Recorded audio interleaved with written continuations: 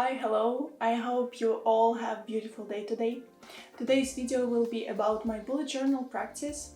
I will show my overall setup for bullet journal and also a setup for the October months, upcoming months. I'm a huge fan of this practice and I do it already for 5 years, I think.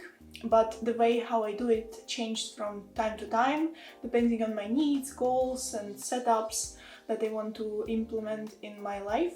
I also try to use Notion as an app for planning, like my bullet journal. However, I still mostly enjoy normal analog writing with a paper and a pen.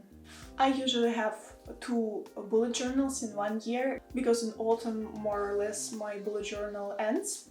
This is my old one. It's a smaller one. I bought it somewhere in Turkey while traveling. As you can see, it's really filled with different trackers and it's a bit messy.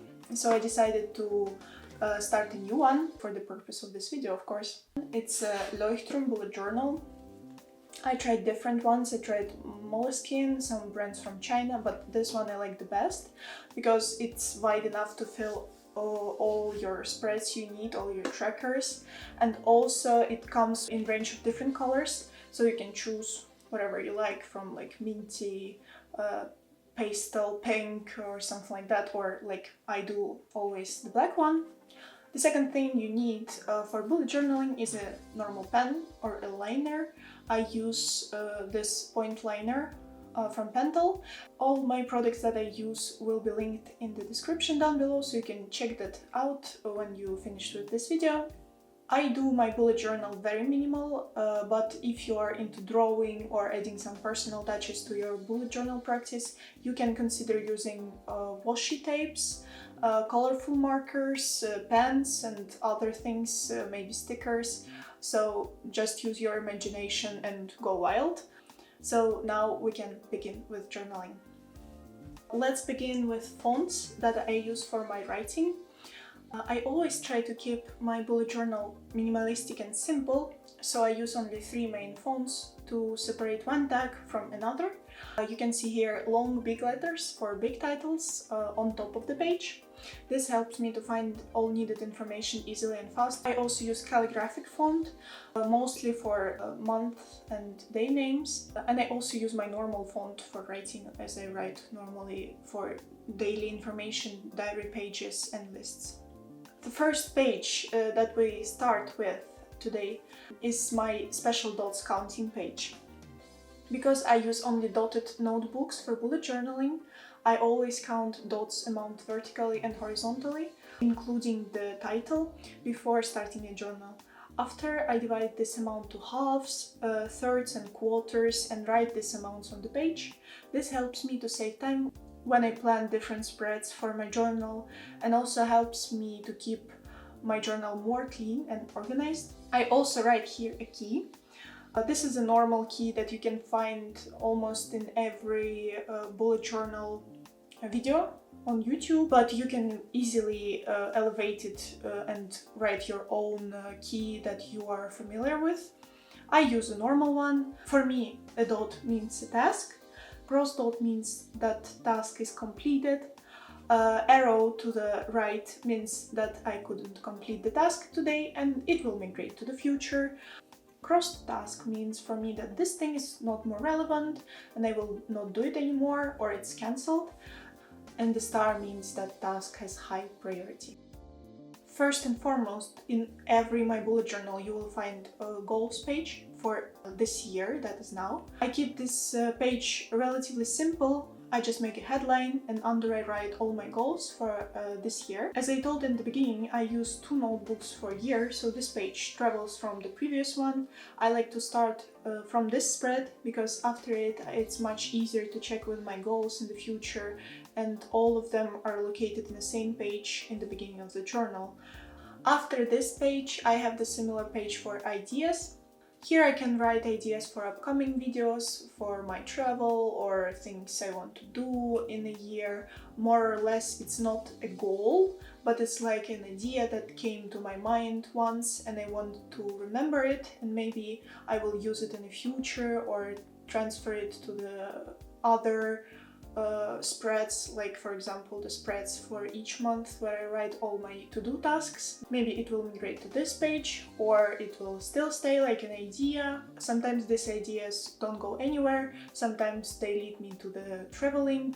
Because I review my ideas page very often, I like to locate them together with the goals page, so I can review them more often and check with my goals more often. Now comes 2 pages for one list. These 2 pages I dedicate for my books. These are my favorite pages, by the way. Here I write all book titles and their authors I want to read soon, and I also give rating from 0 to 10.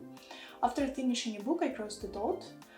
So after I can recommend it to my friends or here on YouTube. I also have a video about reading more books on this channel, so you can go check this out when you finish with this one. Here is the end of my general pages, which I have in almost every my bullet journal, and now we're starting with the pages for every month.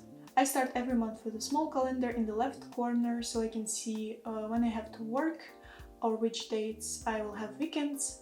This is also helpful when I schedule something ahead in a month. Next to calendar I have big events and birthdays that are in this month. This is really easy for me to forget about them, so I rather write them down. Below the calendar I have my to-do list for the month, including some big purchases, important tasks and other things that I need not to forget.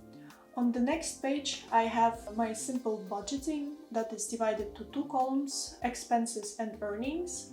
I track all my expenses, and in the end of the month I divide them into 3 groups: essentials, nice to have and non-needed stuff. After I count how much I spent in each of these groups, so I can stay on track with emotional purchases and things that I can cut out of my budget next month. Next 2 pages I have for a habit tracker and YouTube work. In this tracker, I write dates and habits I want to implement into my life. Habits differs from month to month. Habit tracker is one of the most important things in my bullet journal. You can easily customize your habit tracker as you want. For example, the last year I had it horizontal like here. But my advice is not to overload it with too many habits, because for example 2 years ago I tried to track 11 habits I think in one time, and it was crazy because I almost never feel good about myself skipping some of these habits. But for me it's really hard to keep track for so many different things. So I think that for most of us it's better to track 5-6 habits in one time, and after you finish with one, you just add some new one. But before, you better not overestimate yourself. And the next page I leave for my YouTube work. Here I write my shooting days as well as topics for videos and days dedicated for montage.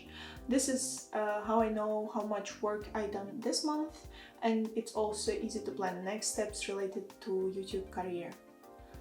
After I start to fill up my pages with days of the week and dates, I do it till the next month, and if I work I also write the flower shop work hours amount, the days I work. Below each day I write my daily tasks. I also leave some empty pages which I fill with the small diary notes, or sometimes when I need to add a new tracker or something, also nice to have some blank pages available.